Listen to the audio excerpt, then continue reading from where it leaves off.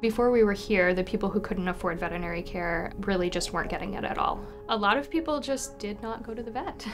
So a lot of people just did not bring their animals in. Their animals were not up to date on preventative vaccinations. Their animals were not getting regular wellness care. If they had illnesses, some of them were just kind of waiting it out and hoping for the best because they couldn't afford it or they couldn't get to a place. So a lot of these animals just weren't getting care at all. The number of times over the last year that someone has cried over the phone because I have told them that we could give them something they weren't able to access before has been astonishing, honestly. Maybe the most impactful thing that we've been able to start doing over the last year or so is to provide some of these more urgent surgeries. Rubble's story is amazing. Rubble was already a patient of our community pet clinic, so he'd come to us for vaccines, he'd come to us for wellness care before as a puppy. What happened with him is he got very sick over one weekend, so he wasn't eating, he was vomiting, he was really dehydrated. His owners did get him in for some workup, so they took him to urgent care and then took him to the emergency hospital for workup, where it was determined that he likely had an intestinal foreign body, so he had something stuck in his intestines that was causing a major problem. The owners were quoted about $7,000 to go in and remove that obstruction and get Rubble healthy again. For these owners, that was completely out of the question, as I think it is for many people, myself included. That's very challenging. At that point, we all got together as a team. We decided we had the bandwidth that afternoon, so we had them send Rubble on over to us. We were able to get him into surgery. We found out he had eaten a stuffy toy.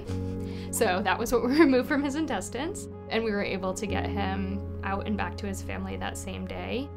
We were able to do that, I believe, for around $500 to $600. And he was able to stay with his family. His life was saved. I know when his owner came in here to bring him in, she was with their daughter and both of them were crying. And what she told me was that she had been about 5 minutes away from calling Bevs and giving them the go-ahead to euthanize. So that day was really a life-saving day for all of us. It made us very happy that they were able to help us save his life, to get him back to his family. There's obviously been a lot of changes over the last 9 years. You know, when I first started here, there was one medical team member, which was me, and we were really only providing medical care for our in-shelter animals. But over the years, obviously, we've grown. We now have a full team.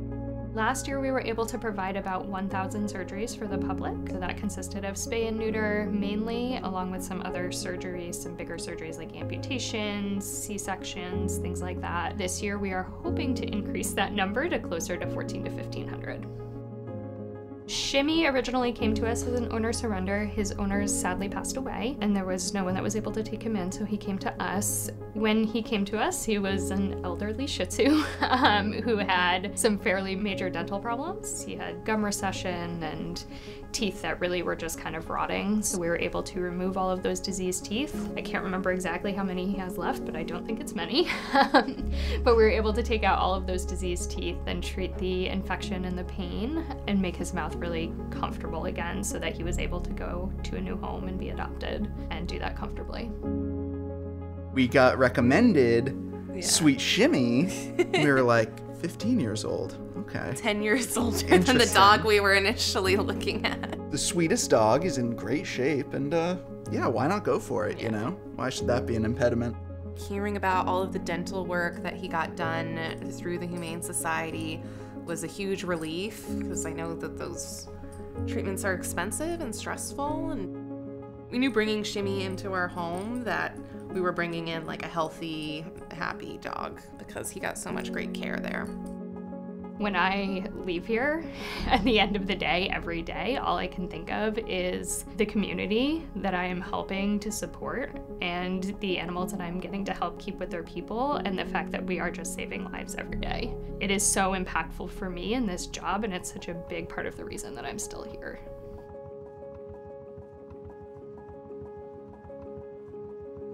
The only way that we are able to do this and able to provide this work is through our donors and the people who are providing us with funding to be able to do this work. So small donations, large donations, any of those are so important to what we do here. We could not provide surgeries at a fraction of the cost that they are in private practice if we did not have donor support. It's absolutely vital to keeping our programs running, and we appreciate anything that anyone is able to give.